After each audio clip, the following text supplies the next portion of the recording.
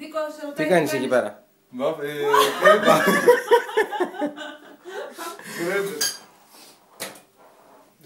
Για πες μας τη συνταγή.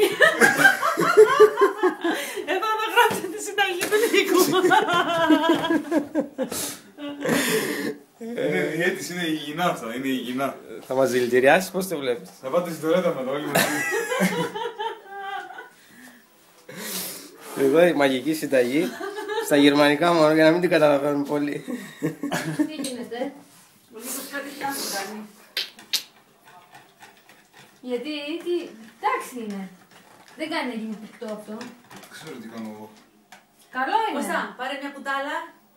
Ελίνα, Θέλει και άλλο δώσ' τον χτύπημα. Κώστα μια κουτάλα και γράβα τον Κώστα στην παράδειγμα. Εγώ. Τι έγινε εδώ? Ανοίγος. Θα τα βάλω στο άνοιξε και μέσα. Νίκο, πολύ αέρι δεν έχει. Αυτό νερό είναι. Έτσι πρέπει να είναι. Ταν έκανε, ταν. Θέλει και άλλο νερό. Όχι ρε, καλά είναι, για να δω. Πικτό είναι, πικτό είναι.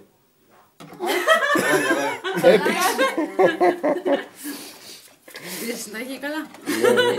Την Τι πήρα. είναι τι δεν δίνεις να πιω τη συνταγή, άστα. Ποιος σου την έδωσε τη συνταγή? Εγώ την έκανα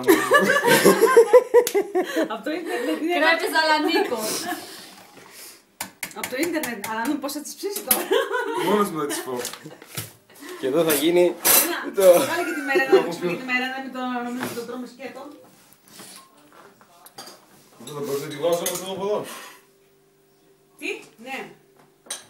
Δύσκολο το βλέπουμε αυτό. Πόσοι σε έφτιαχνες ως τώρα, Νίκο?